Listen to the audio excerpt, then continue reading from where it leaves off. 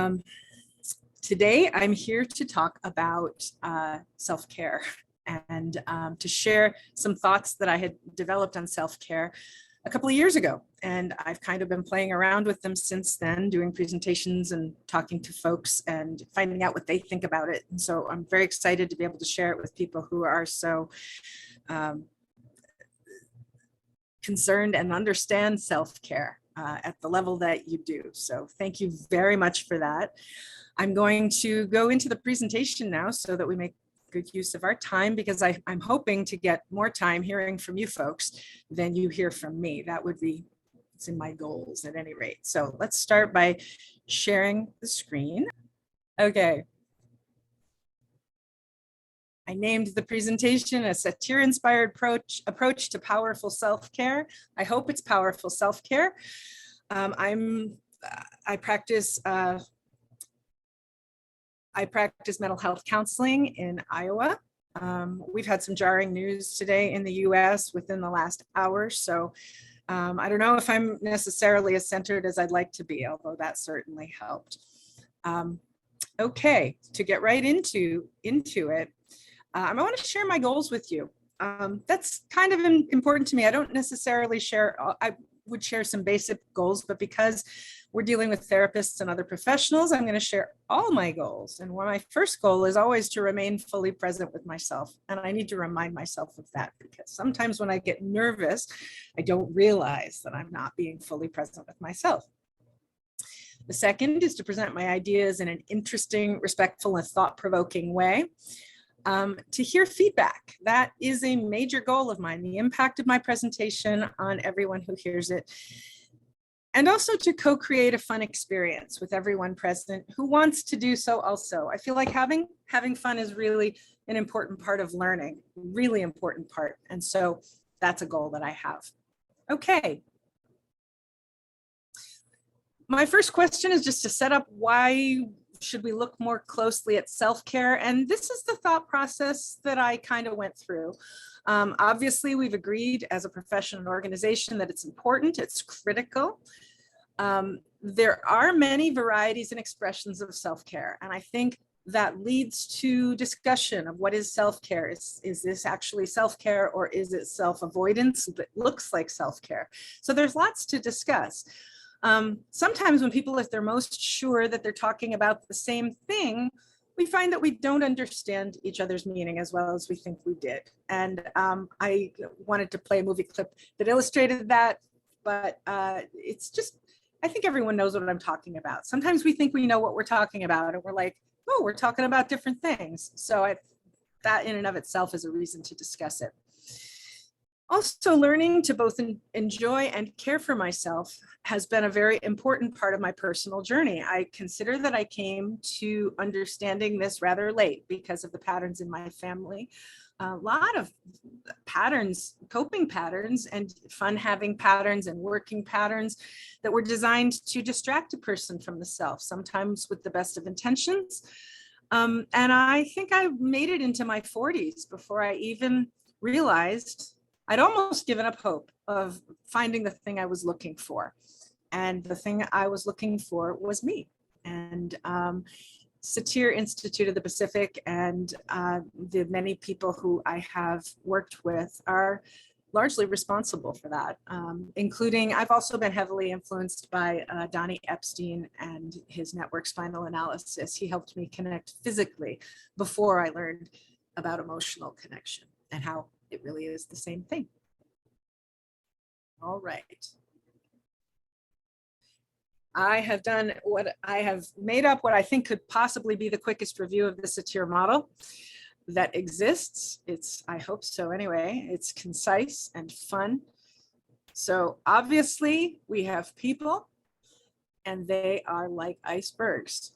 Virginia set it out, and John and Maria and everyone. We've got Satir's iceberg model of the self. We see the tip of the iceberg, the behavior, and all the important stuff is beneath the surface. Possibly the most important thing, though, is the indestructible core of the self, the life force, the spirit, the soul, the core, the essence.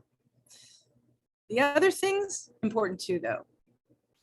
physical body sensations, feelings, feelings about feelings, perceptions, beliefs, observations, mindset, subjective reality, all the expectations, the yearnings, and then something that I've added, which I like to call excitements. And I never pretend that this was part of the Satir iceberg. This is Anne's addition for folks who are interested in talking about Satir with me. I think it's important to focus on what it is we're most interested in as part of our iceberg, just so we don't get so lost necessarily in the aspects of our own iceberg. So I wanted to add that that's part of my conceptualization of the model. The next and most important thing is, what do we need to note about it to make it useful for supercharging our self-care? And that is to focus on the congruence, really. When we are at our most congruent, the self, we know ourself, the other, allow for the other, and allow for the context, we're emotionally and behaviorally stable. We are what I call self-connected, which might also be called mindful by some people. This involves an awareness of the body, physically and emotionally. Self-referential, which is what we are all moving toward in psychology, is becoming self-referred. Our decision-making is less effortful and typically produces better results, although it doesn't insulate us from having challenges. We become more naturally and appropriately aware of the impact of our behaviors and choices on others, which can be very useful information to have. And boundary enforcement becomes natural and smooth, and not, again, without hiccups, but we all want boundary enforcement to be natural and smooth. So what, aside from our choices and activities, impacts our congruence? We all know that stress is basically, which really appears to come from outside and our lives, and can be so many things.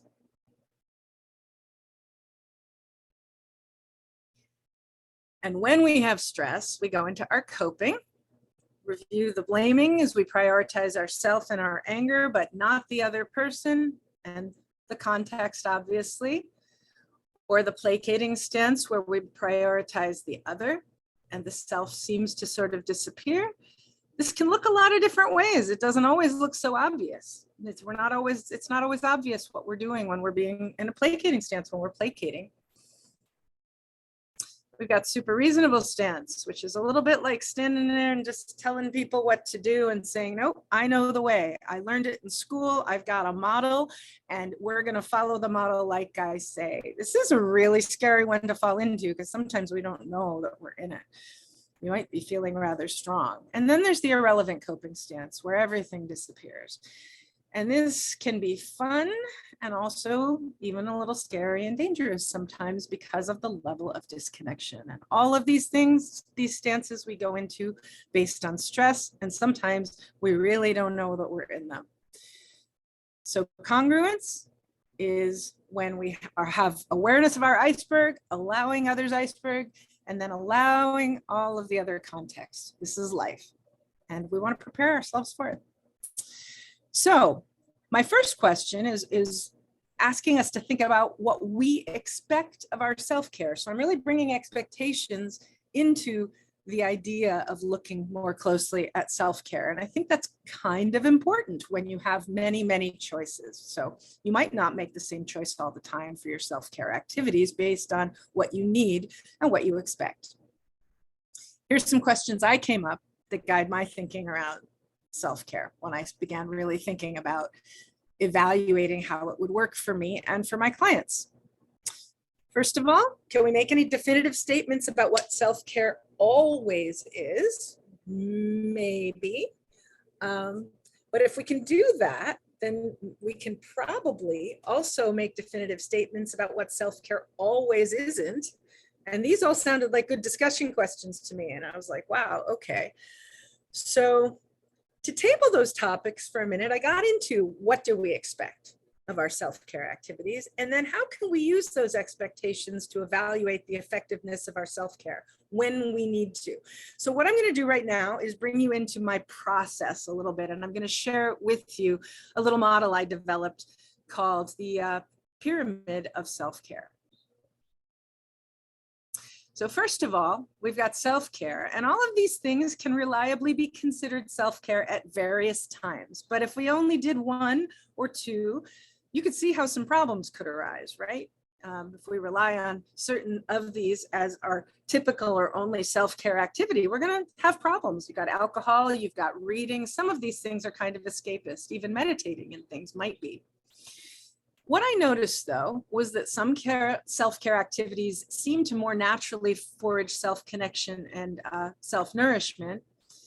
Some focus on connecting with other people, and we really need those too because we're social creatures. And some focus on enjoying the context with a level of self-disconnect, but not so much disconnecting as being present for the context as well and allowing it. And all of these things are important to living. We must have all of them. And so we really must have, if you have 3 for each, you got at least 9 self-care things you need to be doing, and you get to choose what they are.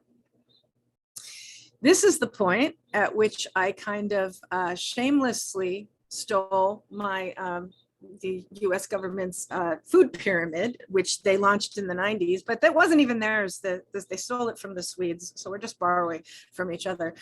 And it seemed to me that the right thing to do was to make sure that the self-connective things that we do, or doing them in a self-connective way, form the base of our pyramid, so that we don't neglect those, or we have a look at those activities.